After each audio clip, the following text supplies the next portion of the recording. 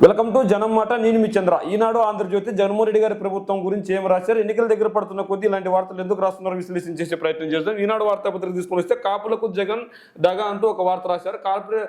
Corporation నిర్లక్ష్యం చేసిన వైకాపా సర్కార్ ఎక్కడెక్కడ ఆగిన కాపు భవనాల నిర్మాణం, వారి విదేశీ పథకాలపైన కుతంత్రాలు, వారి ఓట్లు కావాలి, వారంతా తన పక్షాన నిలవాలి, తనకు జేజేలు పలకాలి, కానీ వారి అభివృద్ధి మాత్రం వద్దు. కాపుల విషయంలో జగన్ తీరు అచ్చం ఇలానే ఉంది. ఆయన అధికారంలోకి వచ్చాక కాపు కార్పొరేషన్కు జనసత్వాలకు కూడా చేశారు. వారికి ఈడబ్ల్యూఎస్ రిజర్వేషన్ రద్దు చేశారు, రాయితీ రుణాలన్నీ ఎత్తేశారు. ఓవైపు కాపు నేస్తామంటుండే, మరోవైపు వారిని ధృతరాష్ట్ర కౌలుల్లో బంధించారు. కాపులకు కుచ్చుటోపి అన్న విధంగా ఒక కాటును కూడా వేశారు వీళ్ళు. అయితే జగన్మోహన్ రెడ్డి గారు కాపులకు 100% మంచి చేశారు. ఏ విధంగా మంచి చేశారంటే, కాపులు 2014 ఎన్నికల్లో చంద్రబాబు నాయుడు గారిని అత్యధిక గెలిపించారు. అత్యధిక గెలిపించిన చంద్రబాబు నాయుడు గారు కాపులకు ఆ రోజు ఏమని మాట ఇచ్చారంటే, కాపులకు రిజర్వేషన్ ఇస్తాను, కాపులను బీసీల్లో చేరుస్తాను అని చెప్పి చంద్రబాబు నాయుడు గారు మాట ఇచ్చారు. చంద్రబాబు నాయుడు గారు మాట ఇస్తే ఆ రోజు మాట ప్రకారం నిలబడాలని ముద్రగడ పద్మనాభం గారు ధర్నా చేశారు. ధర్నా చేస్తే ఆ ధర్నాపై కక్ష కట్టి కాపు నేత అయిన ముద్రగడ పద్మనాభంపై ఎన్ని అక్రమ కేసులు పెట్టారు ఆ రోజు. అంటే ఆ రోజు కాపు నేత అయిన పవన్ కళ్యాణ్ చంద్రబాబు నాయుడు గారు ఏ తప్పు చేసి నేను ప్రశ్నిస్తానని చెప్పి పవన్ కళ్యాణ్ గారు ప్రశ్నించకుండా ఏమయ్యారు అంటే, ఖచ్చితంగా జగన్మోహన్ రెడ్డి గారు పరిపాలన బాగా చేస్తున్నాడు కాబట్టి, కాపులకు కాపు నేస్తం ఇస్తున్నాడు కాబట్టి ఎలాగైనా కాపు ఓట్లని వాళ్ళకు దూరం చేయాలనే ఉద్దేశంతో ఉన్నారు. ఈ రోజు రాయలసీమ జిల్లాల్లో కావచ్చు, ప్రకాశం నెల్లూరు జిల్లాలో కావచ్చు, ఉమ్మడి గుంటూరులో కావచ్చు, లేదంటే కృష్ణా జిల్లాలో కావచ్చు, వైఎస్ఆర్ కాంగ్రెస్ పార్టీ స్ట్రాంగ్గా ఉంది. అదేవిధంగా ఉభయ గోదావరి జిల్లాల్లో కూడా స్ట్రాంగ్గా ఉంది. దాదాపు 60% ఓట్లు వైఎస్ జగన్మోహన్ రెడ్డి గారికి ఉంటే ఆ 60% ఓట్లను ఎలాగైనా చీల్చి పవన్ కళ్యాణ్కి కానీ చంద్రబాబు నాయుడు గారికి కానీ పడేటట్లు చేస్తే వాళ్ళు సక్సెస్ అవుతారని ఒక కుటిల ప్రయత్నం చేస్తున్నారు. ఎందుకు ఈ ప్రయత్నం అంతా అంటే, జగన్మోహన్ రెడ్డి గారు కాపులకు పెద్దపీట వేస్తున్నారు, కాపులకు మంత్రి పదవులు ఇచ్చారు, కాపులకు కార్పొరేషన్లు తీసుకొని వచ్చారు, కాపులకు ఉన్నత విద్య చదివిస్తున్నారు, కాపులకు అన్ని కాపు నేస్తం ఇచ్చాడు. ఇలా ప్రతి ఒక్కటి చెప్పుకుంటూ పోతే జగన్మోహన్ రెడ్డి గారు చేసింది కొండంత, మనం చెప్పుకోగలిగింది గోరంత మాత్రమే. అంటే ఖచ్చితంగా జగన్మోహన్ రెడ్డి గారు ప్రతి ఒక్కరికి కులం మత భేదాలు చూడకుండా ఖచ్చితంగా అందరినీ సమాన అభివృద్ధిలో ముందుకు పరుచుకుంటూ వెళ్ళాడు. కానీ వీళ్ళు ఏం చేస్తారు, కులాల ప్రకారం విభజిస్తారు. ఒక రోజు కాపుల గురించి రాస్తారు, మరో రోజు బీసీల గురించి రాస్తారు, మరో రోజు ఇంకో కమ్యూనిటీ గురించి రాస్తారు, ఇంకో రోజు మైనార్టీల గురించి రాస్తారు. ఎందుకు ఇలా కులాలను విభజించి మాట్లాడుతున్నారు? జగన్మోహన్ రెడ్డి గారు నా ఎస్సీ, నా ఎస్టీ, నా బీసీ, నా మైనార్టీ అంటున్నాడు. ఏ రోజైనా ఎవరికైనా దగా చేశాడా? నా వల్ల మీకు మంచి జరిగితేనే ఓటేయండి, నా వల్ల మంచి జరగకపోతే ఓటేద్దని జగన్మోహన్ రెడ్డి గారు చెప్తున్నారు కదా. మరి వీళ్ళు ఎందుకు ఇలా నోర్చించుకొని రాత్రులు రాస్తున్నారంటే, జగన్మోహన్ రెడ్డి గారిని అధికారాన్ని దూరం చేసి వాళ్ళ సామాజిక వర్గానికి చెందిన వ్యక్తిని దగ్గర చేసుకోవాలని ఒక కుటిల ప్రయత్నం తప్ప అంతకు మించి ఏం లేదు ఇక్కడ. అయితే జగన్మోహన్ రెడ్డి గారు కాపులకు పెద్దపీట వేస్తున్నాడు, మంత్రి పదవుల్లో కావచ్చు, కార్పొరేషన్ పదవుల్లో కావచ్చు. మరి ఈరోజు జగన్మోహన్ రెడ్డి గారు అన్యాయం చేసినప్పుడు మరి కాపు రిజర్వేషన్ ఇస్తారన్న చంద్రబాబు నాయుడు గారు ఎక్కడ? కాపులు బీసీల్లో చేస్తానన్న చంద్రబాబు నాయుడు గారు ఎక్కడ? మరి ఆ రోజు చంద్రబాబు నాయుడు గారు కాపులకు న్యాయం చేసింటే ఈ రోజు జగన్మోహన్ రెడ్డి గారు చేసే పరిస్థితి వచ్చేది కాదు కదా. మరి ఆ రోజు బీసీలకు చేస్తానన్న చంద్రబాబు నాయుడు గారు ఎందుకు బీసీలకు చేర్చలేదు? అంటే చంద్రబాబు నాయుడు గారు తప్పు చేసినా కూడా తప్పు చేశారని రాసే దమ్ము ధైర్యం లేదు. ఎందుకంటే వాళ్ళ సామాజిక వర్గానికి చెందిన వ్యక్తి కాబట్టి, వాళ్ళ సామాజిక వర్గానికి చెందిన వ్యక్తి తప్పు ఎలాంటి పనులు చేసినా కూడా ఒప్పే అవుతుంది. కానీ జగన్మోహన్ రెడ్డి గారు ఏ ఒక్కరికి న్యాయం చేసినా కూడా దాన్ని ఎలాగోలా మభ్యపెట్టడానికి ప్రయత్నిస్తున్నారు. జగన్మోహన్ రెడ్డి గారు కాపు నేస్తం ఇస్తానని చెప్పారు, 18,500 రూపాయలు. అది ఇచ్చాడా లేదా రాయండి. ఒంటరి మహిళలకు సాయం చేశానన్నాడు, చేసాడా లేదా రాయండి. అంటే ఈ రోజు అమ్మఒడి తీసుకునే దాంట్లో ఎస్సీ, ఎస్టీ, బీసీ, మైనార్టీ పిల్లలే ఉన్నారా? కాపు పిల్లలు లేరా?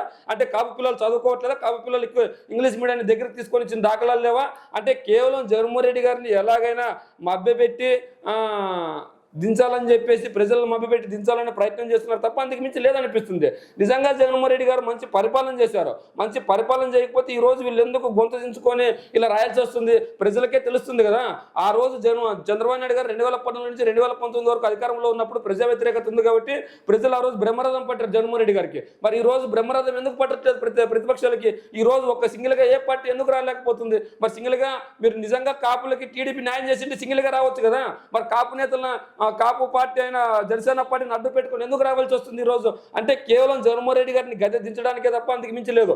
నిజంగా కాపులకి న్యాయం చేసిన జగన్మోహన్ రెడ్డి గారు. ఆ రోజు కాపు ఉద్యమకారుల పైన చంద్రబాబు నాయుడు గారు అక్రమ కేసులు పెడితే ఆ కేసులు ఎత్తేసింది ఎవరు?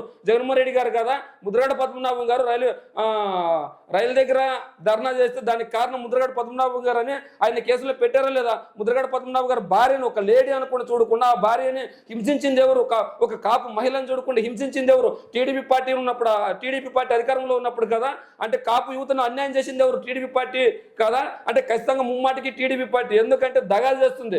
ఈ రోజు కాపులకు 40 నుంచి 50 సీట్లు ఇస్తామని చెప్పిన టీడీపీ మరి జనసేన పార్టీకి ఎందుకు 21 సీట్లు మాత్రమే ఇచ్చింది? 140, దాదాపు 144 సీట్లలో టీడీపీ పోటీ చేస్తుంది కదా. మరి కాపులపై ప్రేమ ఉంటే, పవన్ కళ్యాణ్ పై ప్రేమ ఉంటే ఒక 20 సీట్లు ఇవ్వచ్చు కదా కాపులకి. మరి కిందకి ఇవ్వలేకపోతుంది. ఒక 100-120 సీట్లలో టీడీపీ నిలబడవచ్చు కదా.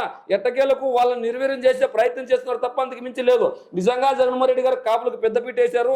కావాలంటే ఈరోజు టీడీపీ ఎన్ని సీట్లు ఇచ్చింది, జనసేన ఎన్ని సీట్లు ఇచ్చింది, జగన్మోహన్ రెడ్డి గారు ఎన్ని సీట్లు ఇచ్చారు చూసుకోండి ఒకసారి. 2014 నుంచి 2019 వరకు ఎంతమందికి మంత్రి పదవులు ఇచ్చారు చంద్రబాబు నాయుడు గారు, అదే జగన్మోహన్ రెడ్డి గారు ఎంతమందికి ఇచ్చారు ఒకసారి బ్యారేజ్ చేసుకోండి. అంటే ఖచ్చితంగా కాపులకు న్యాయం చేసింది ఒక్క జగన్మోహన్ రెడ్డి గారు మాత్రమే. కానీ వీళ్ళు ఎలాగైనా జగన్మోహన్ రెడ్డి గారికి కాపులను దూరం చేసే ప్రయత్నం చేస్తున్నారు. ఎవరు మంచి చేస్తే వాళ్ళు కాపులు అటువైపు ఉంటారు, ఎవరు చెడు చేస్తే అటువైపు కాపులు ఖచ్చితంగా నిలబడరు. ఇది ఖచ్చితంగా భవిష్యత్తులో చూస్తారు. అదేవిధంగా ఇక్కడ పవన్ కళ్యాణ్ చంద్రబాబు నాయుడు గారు నిన్నటి రోజు మాట్లాడింది మనం చూద్దాం ఒకసారి. రాష్ట్రాన్ని గెలిపించేందుకే పొత్తు, కూటమి విజయం చారిత్రక అవసరం, వ్యవస్థలన్నీ గాడిన పెట్టాలంటే కేంద్ర సహకారం కావాలి. ఈ వ్యవస్థలన్నీ గాడిన పెట్టాలంటే కేంద్ర సహకారం కావాలంట. మనకి ప్రత్యేక హోదా తీసుకొని వస్తానని ఇప్పటికీ చెప్పలేకపోతున్నాడు. ఉక్కు పరిశ్రమని ఆపుతానని ఇప్పటికీ చెప్పలేకపోతున్నాడు. అంటే అధికారాన్ని అడ్డు పెట్టుకొని ఎలాగైనా కుటిల ప్రయత్నంతో గెలిచాలని ప్రయత్నిస్తున్నారు తప్ప అంతకు మించి లేదు.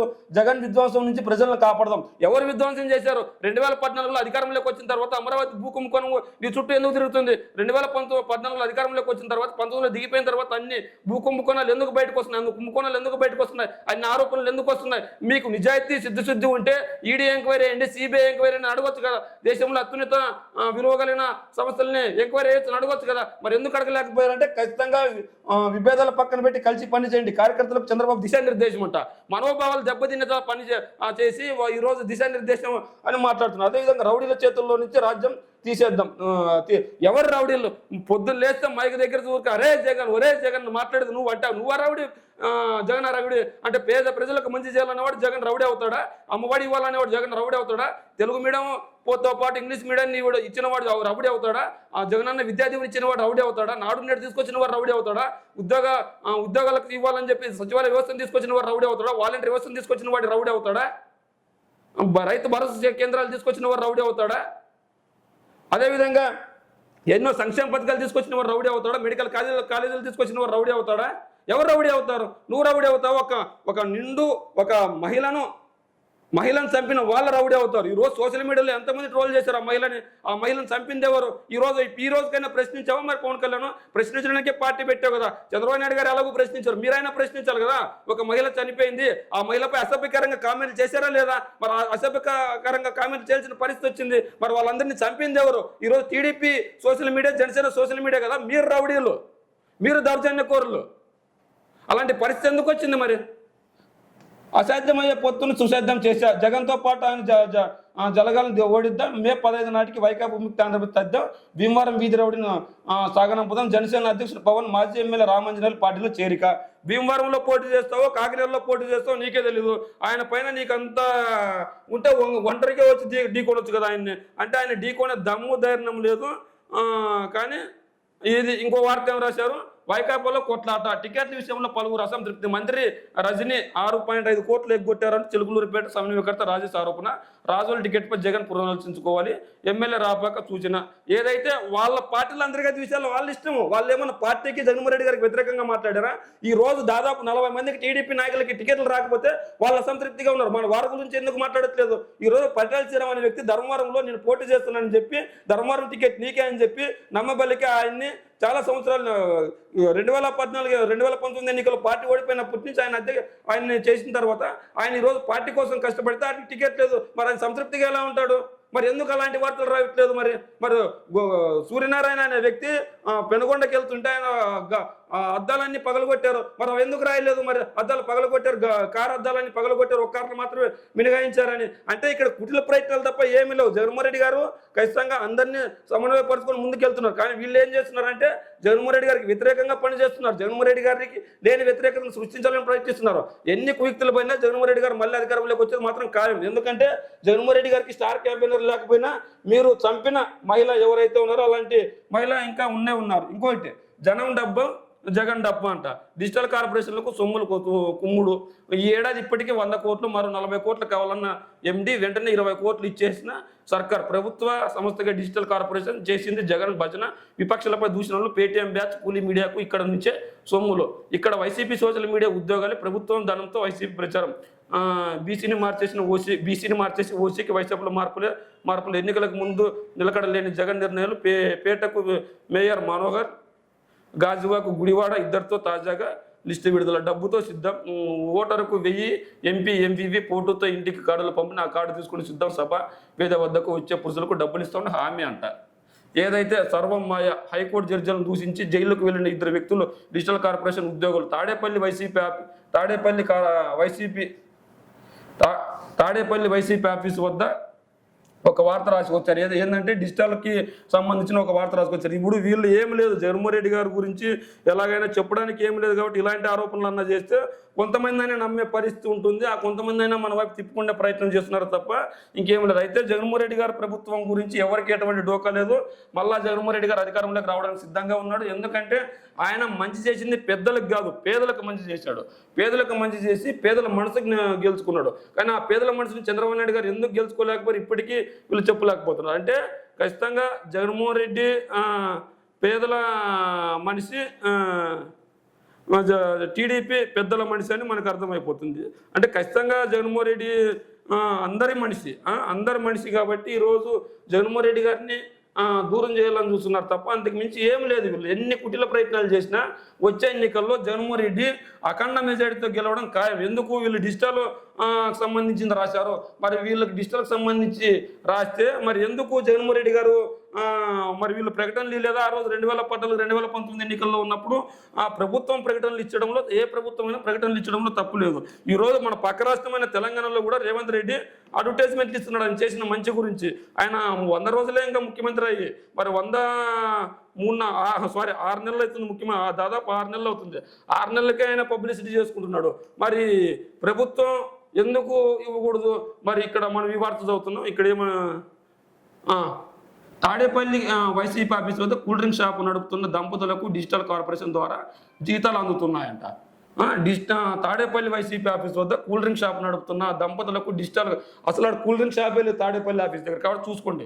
ముఖ్యమంత్రి భద్రతా విభాగంలో పనిచేసే ఒక అధికారి సోదరుడికి కార్పొరేషన్లో కొలువిచ్చారు. సుమారు 50 మంది ఎలాంటి పని చేయకుండా కేవలం దమ్ము వేసి వెళ్ళిపోతే జీతాలు తీసుకున్నట్లు సమాచారం. మరి ఏదేమైనప్పటికీ నిజమైన వార్తలు రాస్తే ప్రజలు నమ్మే పరిస్థితి ఉంటుంది. కానీ నిజమైన వార్తలు రాయకుండా ఇట్లా ఊహాజనితమైన వార్తలు రాస్తే కనుక ప్రజలు నమ్మే పరిస్థితి ఉండదని తేటతెల్లం చేస్తున్నా.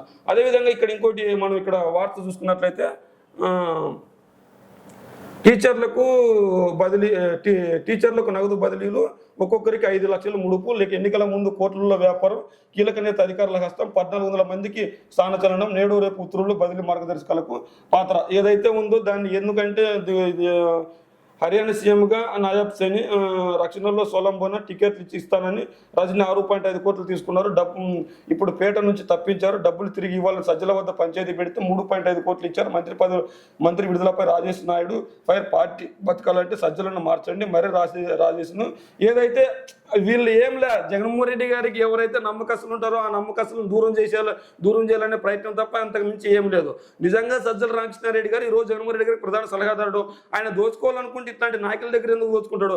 ఆయన మచ్చలేని వ్యక్తి. కానీ అటువంటి వ్యక్తులపై మంచులు వేస్తే, నిందలు వేస్తే కొంతమంది నన్ను నమ్ముతారు, ఆ కొంతమంది నన్ను నమ్మి ఏదో చేసుకోవాలని ప్రయత్నం తప్ప అంతకు మించి లేదు. నిజంగా సజ్జల రామకృష్ణారెడ్డి అనే వ్యక్తి ఈరోజు వైఎస్ఆర్ కాంగ్రెస్ పార్టీకి స్ట్రాంగ్ పిల్లర్. ఎందుకంటే ఆయన జగన్మోహన్ రెడ్డి గారు పార్టీ పెట్టినప్పటి నుంచి ఇప్పటి వరకు వెన్నంటే ఉండి పార్టీని ముందు నడుపుతున్నారు. సజ్జల రామకృష్ణారెడ్డి కొడుకు సజ్జల భార్గవ రెడ్డి ఈరోజు సోషల్ మీడియా ఇన్ఛార్జిగా నియమితులైన తర్వాత వైఎస్ఆర్ కాంగ్రెస్ పార్టీ మరీ స్ట్రాంగ్గా తయారైంది. ఆ మరీ స్ట్రాంగ్గా తయారు కావడంతో వీళ్ళు ఎటు దిక్కుతోచిన పరిస్థితిలో ఉన్నారనమాట. అయితే జగన్మోహన్ రెడ్డి గారు మంచి పరిపాలన అందిస్తున్నాడు, ఎటువంటి అవినీతి పాలన చేస్తున్నాడు కాబట్టి జగన్మోహన్ రెడ్డి గారిపై నిందలు వేస్తే ప్రజలు నమ్మట్లేదు. కనీసం జగన్మోహన్ రెడ్డి గారి అనుచరులపైన జగన్మోహన్ రెడ్డి గారు నమ్మిన నమ్మకస్తులపైన నిందలు వేస్తే నమ్మే పరిస్థితి ఉంటుంది అని తప్ప అంతకు మించి ఏం లేదు ఇక్కడ. అయితే అద్దెకి ఎమ్మెల్యే రవికుమార్ బంధువులకు సంబంధించిన గ్రానైట్ ఫ్యాక్టరీలో తనిఖీలు నిర్వహిస్తున్న అధికారులు. మళ్ళీ తనిఖీల వేట. 100లో గ్రానైట్ ఫ్యాక్టరీలు, 10లో క్వారీలు. అయినా టీడీపీ మద్దతుదారులపైకి విజిలెన్స్. ఎమ్మెల్యే గుట్టపాటి లక్ష్యంగా దాడులు ముమ్మరం. ఆయన బంధువు ఫ్యాక్టరీలో మళ్ళీ సోదాలు. గత 3 నెలల్లో ఇది 3వ సారి యాజమాన్యాలు తన వద్దకు రావాలంటే అద్దంకి వైసీపీ నేతలు ఊహం. ఏదైతే గొట్టపాటి రవి అనే వ్యక్తి ఒక కంపెనీలో అంటే క్వారీలు ఉన్నాయి, గ్రానైట్లు ఉన్నాయి, వాటికి సంబంధించి వాళ్ళ బంధువులకు సంబంధించి అధికారులు విజిలెన్స్ అక్కడ తనిఖీ చేస్తే వీళ్ళకి బాధ ఎందుకు? వాళ్ళు సక్రమంగా నడుపుతుంటే సక్రమంగా నడుపుతున్నారని చెప్పండి. అక్రమాలు చేస్తున్నారు కాబట్టి ఆరోపణలు వచ్చినాయి కాబట్టి వెళ్తున్నారు అధికారులు. ఆరోపణలు అక్కడికి అధికారులు వెళ్ళి నిజానిజాలు తెలుసుకొని ప్రజలకు చెప్తారు. మీరు ఇలాంటి పరిస్థితి ఎందుకు వస్తుంది అంటే ఖచ్చితంగా జగన్మోహన్ రెడ్డి గారు మంచి పరిపాలన, ప్రజాపాలన, సంక్షేమ పాలన చేస్తున్నాడు. ఎవరైతే అవినీతికి పాల్పడుతున్నారో వాళ్ళని ముఖ్యపిండి వసూలు చేస్తున్నాడు అనమాట. అలాంటి పరిస్థితి టీడీపీ ప్రభుత్వంలో లేదు. టీడీపీ నాయకులు అవినీతి చేసినా వీళ్ళకి మంచి, ఎందుకంటే టీడీపీ నాయకులు అవినీతి డబ్బుతో మళ్ళీ గెలవాలని చూస్తున్నారు కాబట్టి టీడీపీ నాయకుల అవినీతిని కప్పిపుచ్చడానికి వీళ్ళు ప్రయత్నాలు చేస్తున్నారు. మరి ఏదేమైనా జగన్మోహన్ రెడ్డి గారు ఎవరు అవినీతి చేసినా చూస్తూ ఊరుకునే పరిస్థితి ఉండదు.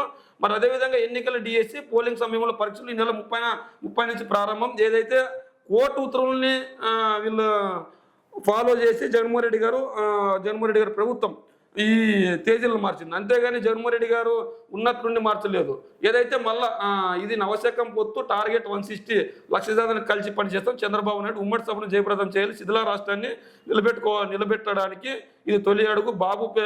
బాబుపేట సభకు భారీ ఏర్పాట్లు. ప్రతిష్టాత్మకంగా తీసుకున్న 3 పార్టీలు ఉమ్మడి కమిటీలతో లోకేష్ భేటీ. సభా స్థలానికి నేడు భూమి పూజ. ఏదైతే ఉందో ఈ రోజు జగన్మోహన్ రెడ్డి గారిని ఓడించడానికి జనసేన, టీడీపీ, బీజేపీ పొత్తు పెట్టుకుందో ఆ పొత్తులో నాయకులు సంతృప్తిగా ఉన్న, కింద స్థాయి క్యాడర్ సంతృప్తిగా లేరు. ఎందుకంటే మా లీడర్ని సీఎం చేసుకుందామని ఎవరికి వారే అనుకున్నారు. ఈరోజు అదే నరేంద్ర మోదీ గారిని బండబూతులు తిట్టిన టీడీపీతో ఎలా పొత్తు పెట్టుకుందని బీజేపీ కార్యకర్తలు ప్రశ్నిస్తున్నారు. కనీసం 50-60 స్థానాలు ఇస్తారన్న జనసేనకు 24 ఇచ్చారు. ఆ 24లో 21 ఇచ్చారు. మరి ఎందుకు ఈ పరిస్థితి వచ్చిందని జనసేన కార్యకర్తలు ప్రశ్నిస్తున్నారు. టీడీపీ వాళ్ళేమో ఉన్న 30 సీట్లు ఎందుకు వదులుకున్నారు? ఎంపీ సీట్లు మొత్తం దాదాపు 40 సీట్లు వదులుకున్నారు. మా పరిస్థితి ఏందని ఆ నాయకులు అంటున్నారు. ఏదేమైనప్పటికీ వీళ్ళకి ప్రధానంగా ఈ 2 వార్తాపత్రికలు ఉన్నాయి కాబట్టి ఈ వార్తాపత్రికలను లేని వ్యతిరేకతని కప్పిపుచ్చుకోవడానికి చూస్తున్నారు. జగన్మోహన్ రెడ్డి గారిపై లేని వ్యతిరేకతను సృష్టించాలని చూస్తున్నారు. మరి ఏదేమైనప్పటికీ ప్రజలకు నిజానిజాలు తెలుసు. పై స్థాయి నాయకులు కలిసినంత మాత్రాన కింద స్థాయి లీడర్లు అయితే కలవరు. జగన్మోహన్ రెడ్డి గారు ఇంతకుముందే 2019 ఎన్నికలకి ముందే నిరూపించారు. జమ్మలమడుగులో 2 బలమైన వ్యక్తుల్ని టీడీపీ ఒక్కటి చేసి బరిలో దింపింది. అయినా అక్కడ వైఎస్ఆర్ కాంగ్రెస్ పార్టీ గెలిచింది. కర్నూలులో కూడా 2 బలమైన వ్యక్తులను ఒకటి చేసి టీడీపీ పార్టీ ఒక్కరిని చేసింది. అయినా అక్కడ వైఎస్ఆర్ కాంగ్రెస్ పార్టీ గెలిచింది. అంటే ఇక్కడ 1+1 ఇద్దరు గెలిచినా కూడా నాయకులు గెలిచినంత మాత్రమే కింద స్థాయి క్యాడర్ కలవరు. ఎవరికి జరిగిన న్యాయం వాళ్ళకు ఉంటుంది, ఎవరికి జరిగిన మంచి వాళ్ళకు ఉంటుంది. మరి ఏదేమైనప్పటికీ ఈనాడు ఆంధ్రజ్యోతి రాసిన వార్తల గురించి మీరేమనుకుంటున్నారో మీ కామెంట్ రూమ్లో తెలియజేయండి.